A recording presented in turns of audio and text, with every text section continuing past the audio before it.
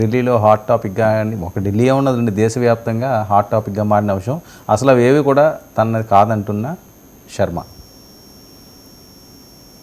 ఇది జాతీయ స్థాయిలో పెద్ద సంచలనమైంది కదా. వాస్తవంగా మొన్న శుక్రవారం ఢిల్లీ హైకోర్టు న్యాయమూర్తి అయిన వర్మ, జస్టిస్ వర్మ, ఈ జస్టిస్ వర్మ ఇంట్లో నిజానికి ఇది చాలా షాక్ చేసింది అనేక మందిని.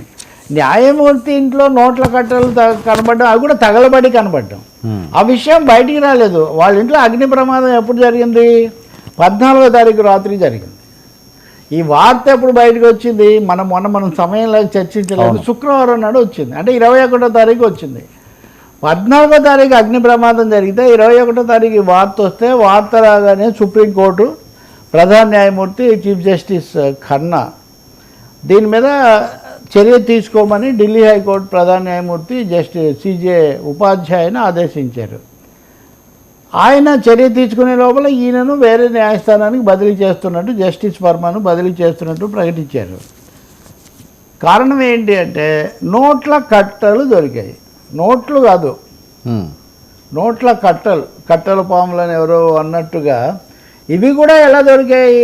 కాలిన స్థితిలో దొరికాయి, చెత్త కుప్పలో దొరికాయి. న్యాయమూర్తికి ఎంత జీతం వస్తుంది?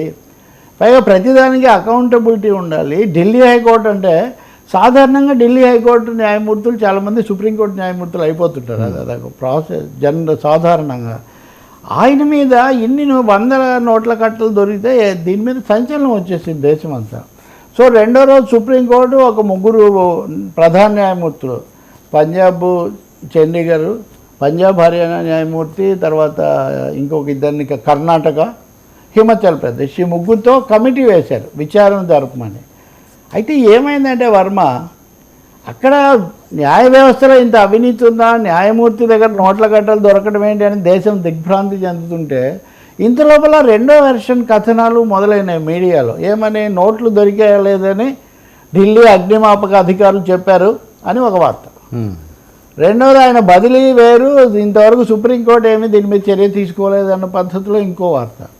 మూడోది సీనియర్ న్యాయవాదులు కపిల్ సిబాల్ అయ్యేది, లేకపోతే వికాస్ సింగ్ అయ్యేది, బారాసోస్, వీళ్ళు మేము ఎప్పటి నుంచో మొత్తుకుంటున్నాం న్యాయ వ్యవస్థ చాలా లోపభూయిష్టంగా అవినీతి భరితంగా తయారైంది, దీని మీద చర్యలు తీసుకోమంటే తీసుకోలేదు, అందుకే పరిస్థితి ఇంత అసహ్యకరంగా తయారైందని వాళ్ళు ప్రకటనలు చేశారు.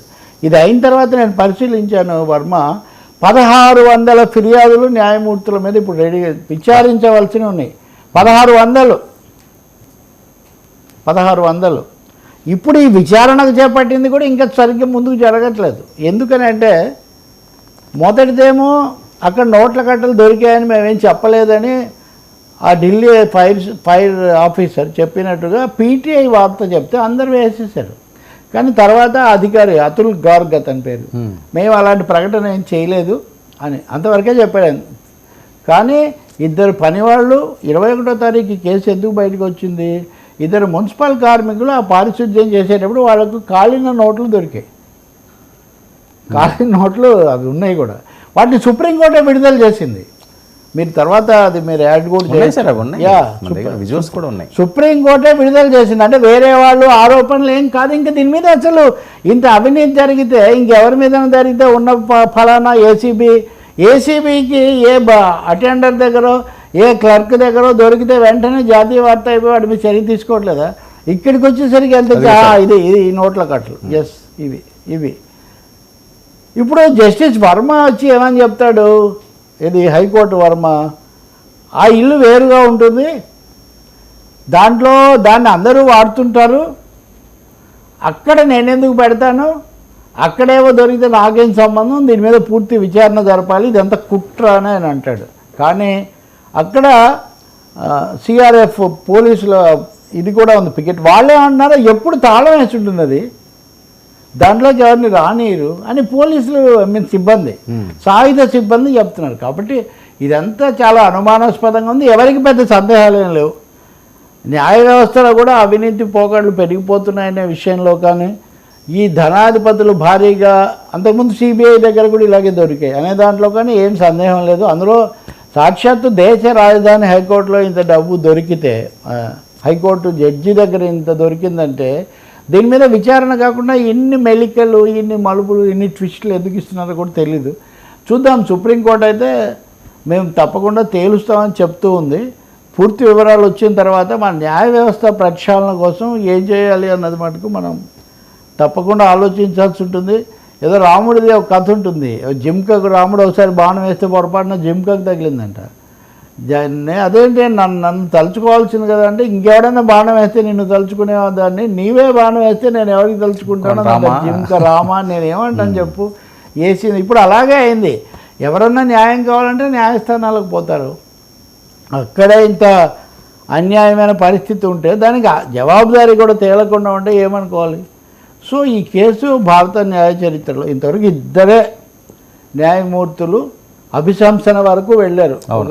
అందులో ఒకరు రాజీనామా చేసి తప్పించుకున్నారు, ఇంకొక ఆయన మటుకు కల్కట్టా ఆయన.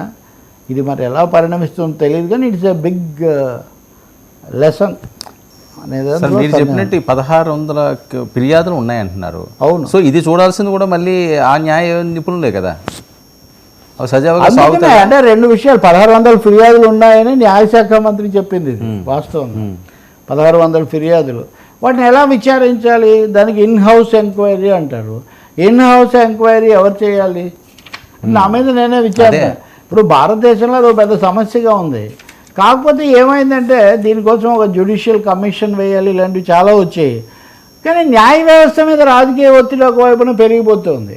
కానీ ఇక్కడ 2 విషయాలు.